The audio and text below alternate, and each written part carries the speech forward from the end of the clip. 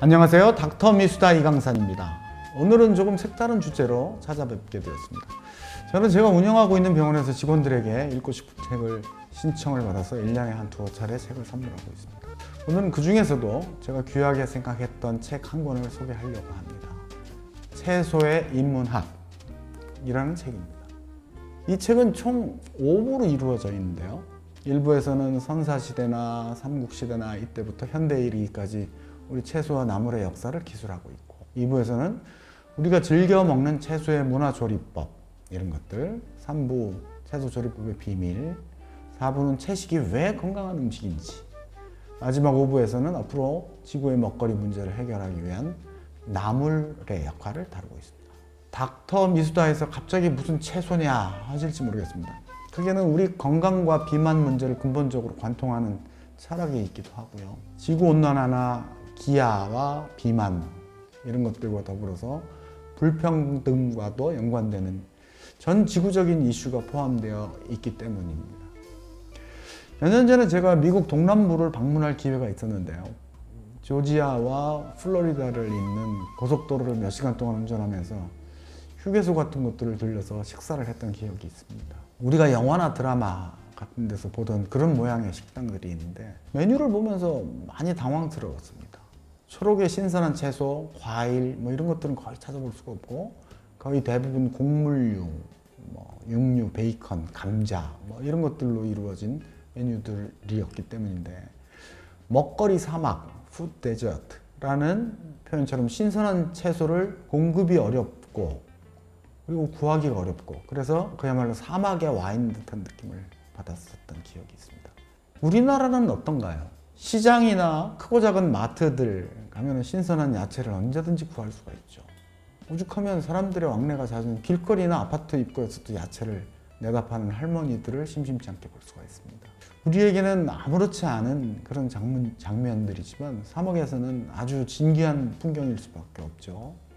우리 민족은 예로부터 다양한 채소, 또 다양한 방법으로 요리해서 먹어왔기 때문에 나물 문화라든가 콩을 이용한 장류 같은 발효 음식을 발전시킬 수가 있었습니다. 이 책의 내용을 키워드로 조금만 소개해 드리도록 하겠습니다. 첫 번째 키워드, 채소 섭취량. 국민건강영양조사를 인용한다면 식물성 식품의 섭취량이나 1인당 채소 섭취량 이런 것들은 지속적으로 감소하고 있습니다.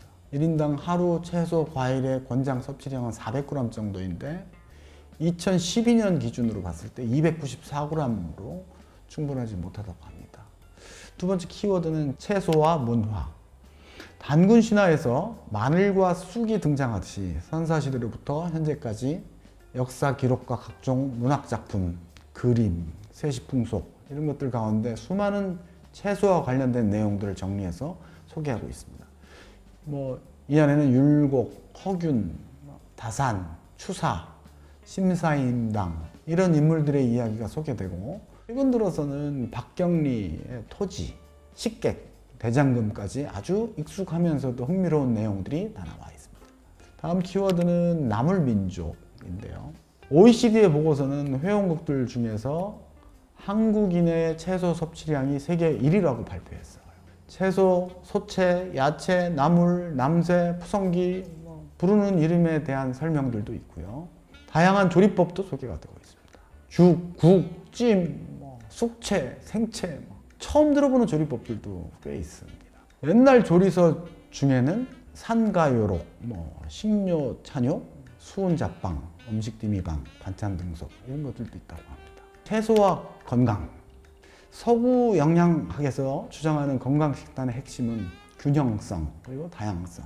한식은 밥을 주식으로 하고 국과 반찬 같은 다양한 부식으로 구성되어 있기 때문에 한식이 영양적으로 균형이 있고 비만이나 만성질환 예방에 매우 효과적이라는 데는 동의하지 않을 수 없습니다. 이런 한식의 건강함은 주로 채소에서 비롯된 거죠. 미국을 비만 제국이라고 부르기도 합니다. 미국의 국가 건강 영양 정책의 핵심은 채소 먹기를 강조하고 있습니다. 아직은 갈 길이 멀다고 합니다. 채소가 건강에 좋은 이유는 여러 가지가 있지만 이 책에서는 파이토케미컬을 강조하고 있습니다. 파이터라는 말은 그리스어로 식물을 뜻합니다. 케미컬 화학 물질을 뜻하죠. 식물 중에는 8,000종이 넘는 파이토 케미칼이 있다고 하고요.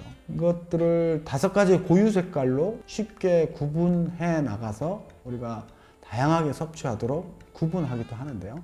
빨간색, 노랑이나 주황, 초록색, 보라나 검정, 그리고 흰색.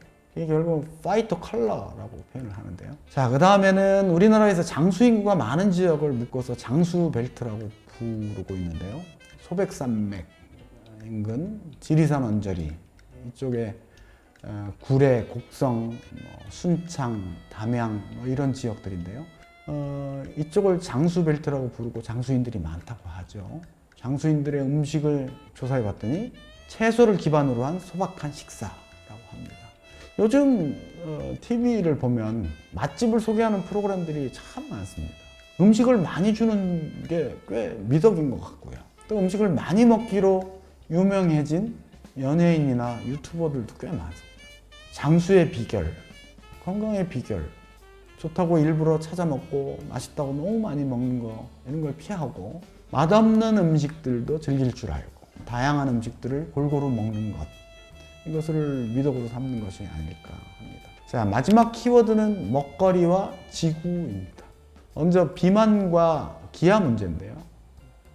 서두에도 말씀을 드렸지만 거의 10억 명의 인구가 한쪽에서는 비만으로, 또한 다른 한쪽에서는 기아에 시달리고 있다고 합니다.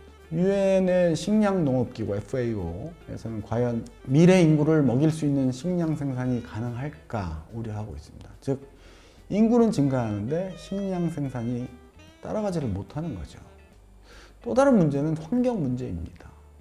비슷한 양의 동물성 식품을 생산하는 데 드는 화석 연료가 식물성 식품을 생산하는 데 드는 것보다 16배가 많이 필요하다고 합니다. 온실가스나 이산화탄소 배출량은 24배까지 증가한답니다. 자, 채식에 기반한 한식의 지속 가능성을 충분히 볼 수 있습니다. 채소의 인문학, 마지막 에필로그에 작가는 이렇게 썼습니다. 나는 이 책을 쓰는 내내 채소를 아주 편하게 사 먹을 수 있었다. 나는 고층 빌딩군의 상징인 여의도의 오래된 아파트에 30년째 살고 있다. 우리 아파트 바로 앞에는 그 30년 동안 온갖 종류의 채소를 노점에서 파는 할머니가 있다. 30년째 나의 채소 보급소이기도 하다. 그래서 이 책은 수십 년간 우리 동네의 채소 공급처이자 할머니들의 수다 사랑방이 되어주셨던 채소 할머니에게 바치고 싶다. 채소 사랑 완벽하게 실천은 못하더라도 최소한의 공감을 요청합니다. 따뜻한 시선, 닥터 미수다 이강산이었습니다. 감사합니다.